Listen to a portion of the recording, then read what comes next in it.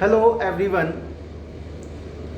मैं डॉक्टर मुकेश शर्मा आज आपके बीच पुनः उपस्थित हुआ हूँ आपके क्लास 10th की फिजिक्स का लाइट चैप्टर पढ़ाने के लिए, जिसका आज हम पार्ट 3 स्टार्ट करेंगे। तो हम ज़्यादा टाइम न लेते हुए अपनी क्लास को स्टार्ट करते हैं। प्यारे बच्चों, आपको मालूम होगा कि हमने पिछले 2 लेक्चर्स में रिफ्लेक्शन के बारे में स्टडी की है और साथ ही साथ हमने कॉन्वेक्स और कॉनकेव मिरर से रिलेटेड स्टडी की थी। मैंने आपको प्रीवियस लेक्चर में कॉनकेव मिरर के बारे में बता दिया था कि किस प्रकार से हम कॉनकेव मिरर का फॉर्मेशन करते हैं। आज हम कॉन्वेक्स मिरर की और इमेज फॉर्मेशन की जो भी रूल्स होते हैं उनकी स्टडी करते हैं। तो आइएगा शुरू करते हैं आज का लेक्चर। तो देखिएगा प्यारे बच्चों, यहाँ हमने देखा था कि ये जो है आपका एक कॉनकेव मिरर, और कॉनकेव मिरर में जो आउटर सरफेस होती है प्यारे बच्चों वो पॉलिश्ड होती है। इसमें हमने पोल, फोकस और सेंटर ऑफ कर्वेचर के बारे में स्टडी की थी। आज मैं आपको जो बता रहा हूं वो बता रहा हूं कॉन्वेक्स मिरर। ये जो आपके सामने ड्राइंग दिख रही है, this is a convex mirror. Convex mirror वो स्फेरिकल मिरर होता है जिसकी इनर सरफेस पर पॉलिश्ड होती है। आप देख सकते हैं ये जो आपका कॉन्वेक्स मिरर है इसकी इनर सरफेस पॉलिश्ड है, और जब हम इसके सेंटर से एक परपेंडिकुलर ड्रॉ करते हैं जिस लाइन को हम कहते हैं प्रिंसिपल एक्सिस, और इसी प्रिंसिपल एक्सिस को ये पॉइंट जो प्रिंसिपल एक्सिस मिरर को जिस पॉइंट पर इंटरसेक्ट करेगी बच्चों, उस पॉइंट को हम पोल कहते हैं। और आप यहां देख सकते हैं कि जब आप इस स्फीयर को कंप्लीट करेंगे तो इस स्फेरिकल पार्ट का जो सेंटर है वो राइट साइड आपको मिलेगा। मींस कॉन्वेक्स मिरर का जो सेंटर होता है वो मिरर के राइट साइड होता है, जबकि कॉनकेव मिरर का जो सेंटर होता है वो मिरर के लेफ्ट साइड होता है। दूसरी बात याद रखिएगा कि साइन कन्वेंशन में काफी कंफ्यूज्ड रहते हैं बच्चे, लेकिन मैं समझ नहीं पाता हूं कि ये कंफ्यूजन क्यों है। कि बिल्कुल छोटा सा और प्यारा सा कॉन्सेप्ट है कि जहां पर पोल है आप वहां से एक परपेंडिकुलर लाइन डाउन करके वाई एक्सिस ड्रॉ करके और इस प्रिंसिपल एक्सिस को आप एक्स एक्सिस पर कंसीडर कीजिएगा। तो इस पॉइंट को, पोल वाले पॉइंट को हम मानते हैं ओरिजिन, और इस ओरिजिन के राइट हैंड साइड में जितनी भी डिस्टेंसेस मेजर की जाएंगी, फिर से कह रहा हूं, ओरिजिन के राइट साइड में जितनी भी डिस्टेंस मेजर की जाएंगी वे सारी डिस्टेंसेस पॉजिटिव ली जाएंगी, और ओरिजिन के लेफ्ट हैंड साइड में, पोल के लेफ्ट हैंड साइड में जितनी भी डिस्टेंसेस मेजर की जाएंगी वे सारी नेगेटिव डिस्टेंसेस ली जाती हैं। तो आप देख सकते हैं कि यहाँ पर सेंटर ऑफ कर्वेचर है। अगर हम पोल से सेंटर का सेपरेशन लेते हैं जिसे हम कहते हैं रेडियस, जो कि राइट साइड होगा, इट मींस कॉन्वेक्स मिरर का रेडियस ऑफ कर्वेचर पॉजिटिव होगा। फोकस की बात करते हैं, फोकस भी पोल के राइट साइड में है, इट मींस जो फोकल लेंथ होगी for convex mirror it will also have positive sign.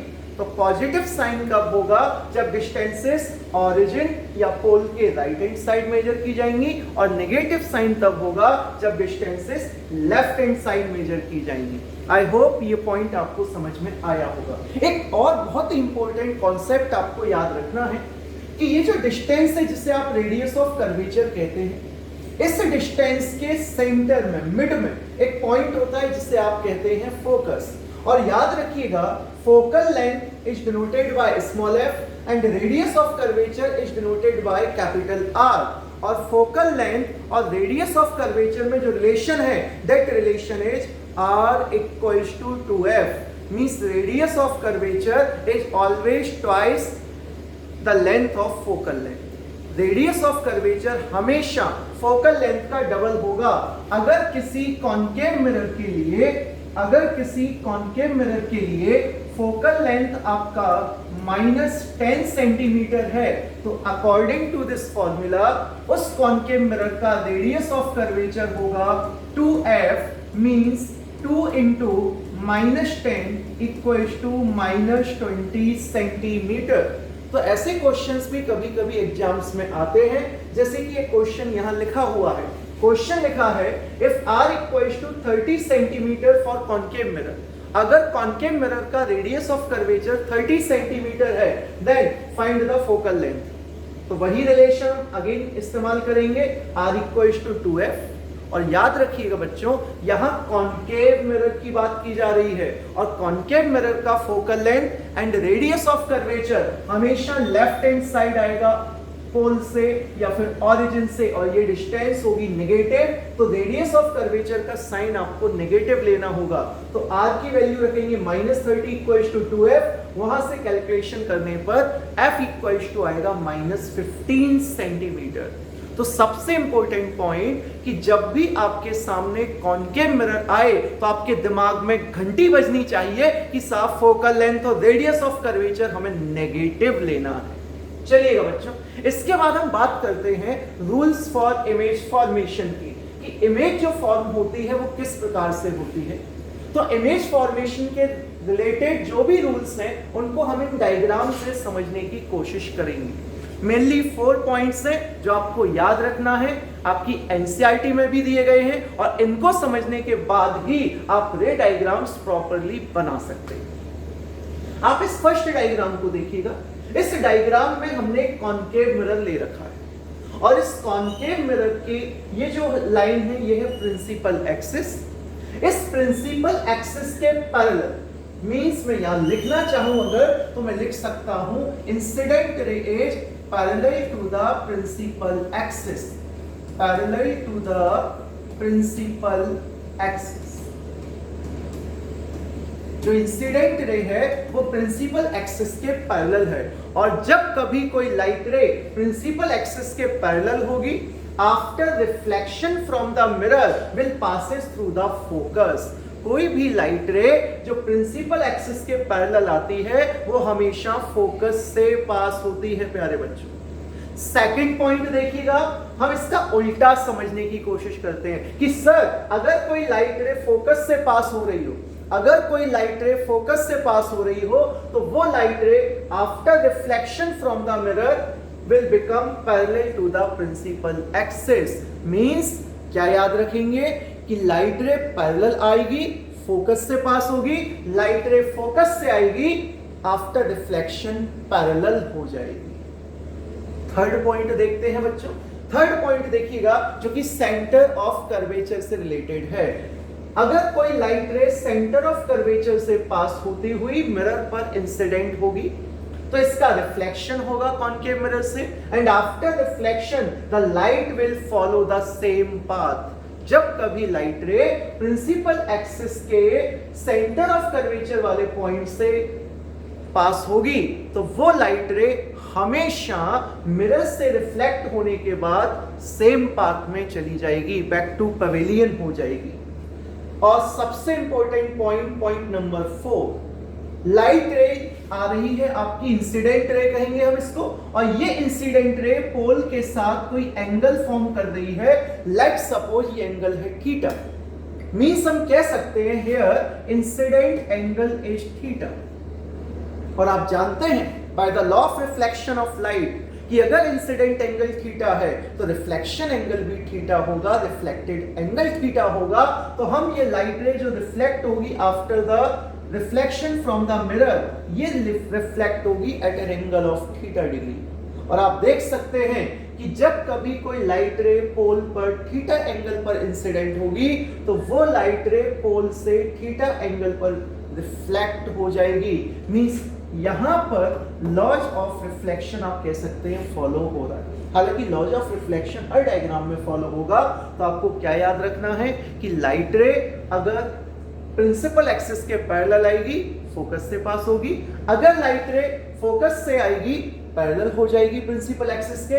Light रे अगर सेंटर ऑफ कर्वेचर से आती है सेम पाथ में रिटर्न होगी, और लाइट रे अगर पोल पर एंगल थीटा पर इंसिडेंट होगी तो वो लाइट रे पोल से एंगल थीटा पर जाकर के रिफ्लेक्ट हो जाएगी।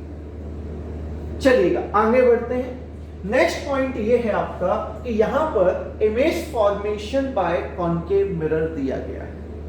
हम समझने की कोशिश करते हैं, और काफी बच्चे मैंने देखा है अपने स्कूल में भी मैं देखता हूं, अपने इंस्टीट्यूट पर भी देखता हूं कि काफी बच्चे कहते हैं कि सर रे डायग्राम्स हमसे नहीं बनते। आपसे बनने लगेंगे, उसके लिए ही मैं यहां पर हूं। देखिएगा, सबसे पहले हमने कॉनकेव मिरर के लिए ऑब्जेक्ट को प्लेस किया है बियॉन्ड सी, मींस सी के बाहर एक ऑब्जेक्ट रखा हुआ है।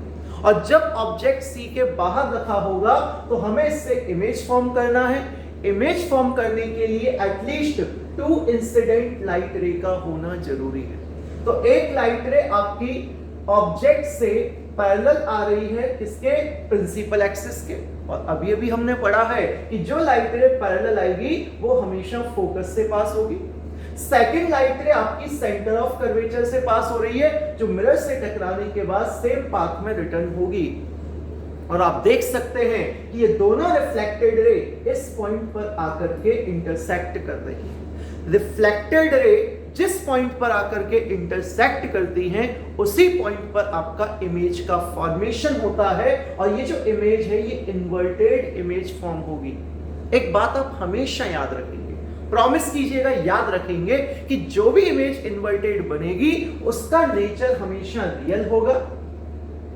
रियल इमेज हमेशा इन्वर्टेड होती है। और आप देख सकते हैं इसका मैग्निफिकेशन, हम आगे पढ़ेंगे व्हाट इज मैग्निफिकेशन। बस अभी इतना याद रखिएगा बेटा कि ऑब्जेक्ट के कंपैरिजन में इमेज का साइज छोटा है, और जब भी इमेज का साइज छोटा होगा हम मैग्निफिकेशन को लेस देन 1 लिखेंगे। माइनस इसलिए है क्योंकि नेचर जो है वो रियल है, और रियल इमेज का मैग्निफिकेशन हमेशा और हमेशा नेगेटिव होता है।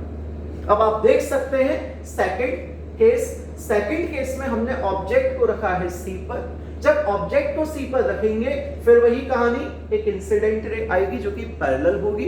दूसरी इंसिडेंट रे हम ले रहे हैं फोकस से। जब फोकस से लाइट रे आएगी रिफ्लेक्ट होकर के पैरेलल होगी, और जो लाइट रे पैरेलल आ रही है वो फोकस से पास होगी। आप देख सकते हैं ये दोनों रिफ्लेक्टेड रे इस पॉइंट पर इंटरसेक्ट होती हैं, और जिस पॉइंट पर इंटरसेक्ट होंगी बच्चों उसी पॉइंट पर इमेज का फॉर्मेशन होगा।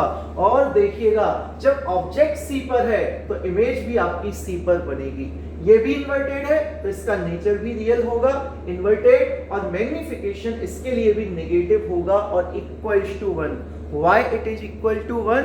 बिकॉज ऑब्जेक्ट और इमेज दोनों का साइज सेम है, और जब साइज सेम होगा मैग्निफिकेशन 1 होगा। मैं आपको एक क्वेश्चन देता हूं कि हम घरों में जब किसी प्लेन मिरर के सामने खड़े होते हैं तो आप मुझे बताइएगा कि वहां पर मैग्निफिकेशन कितना होगा। आप कमेंट बॉक्स में लिख सकते हैं। डायग्राम नंबर 3 देखिएगा। ऑब्जेक्ट आपकी प्लेस्ड है between C and F. Incident ray वही दो आएंगी, एक लाइट रे आएगी आपकी parallel to the principal axis जो फोकस से पास होगी, दूसरी लाइट रे आएगी आपकी फोकस से जो पैरेलल हो जाएगी, और ये दोनों लाइट रे जिस पॉइंट पर आकर इंटरसेक्ट होंगी वहां पर इमेज बनेगी। और इस इमेज के केस में आप देख सकते हैं कि ऑब्जेक्ट के कंपैरिजन में इमेज का साइज बढ़ गया है, यानी कि अब मैग्निफिकेशन लेस देन 1 ना होकर के ग्रेटर देन 1 होगा। इमेज अभी भी इन्वर्टेड है तो वो रियल नेचर की होगी और इन्वर्टेड होगी। इमेज का फॉर्मेशन कहां हुआ है? सर बियॉन्ड सी हुआ है। इसके बाद हम 2 डायग्राम और देखते हैं जिसमें कि हमारी जो ऑब्जेक्ट है वो फोकस पर रखी हुई है। जब ऑब्जेक्ट फोकस पर रखी होती है तो उसकी इमेज इंफिनिटी पर बनती है। ये केस अच्छे से याद रखेंगे क्योंकि लाइट रे आपने एक भेजी है जो कि पैरेलल है, फोकस से पास होगी। सेकंड लाइट रे जो जा रही है पोल पर इंसिडेंट हुई है, ये एंगल थीटा बनाएगी तो उसी एंगल पर रिफ्लेक्ट होगी, और ये दोनों लाइट रे आप देख सकते हैं रिफ्लेक्टेड लाइट रे पैरेलल है, और पैरेलल लाइट रे विल नेवर इंटरसेक्ट एनीवेयर, कहीं इंटरसेक्ट नहीं करेंगी। तो हम ये मानकर चलते हैं कि उनका इंटरसेक्शन इंफिनिटी पर होगा। Means if object is placed at focus in front of a concave mirror its image will formed at infinity, और इस केस में मैग्निफिकेशन मच ग्रेटर देन 1 होता है एंड रियल इमेज होने के कारण नेगेटिव होगा।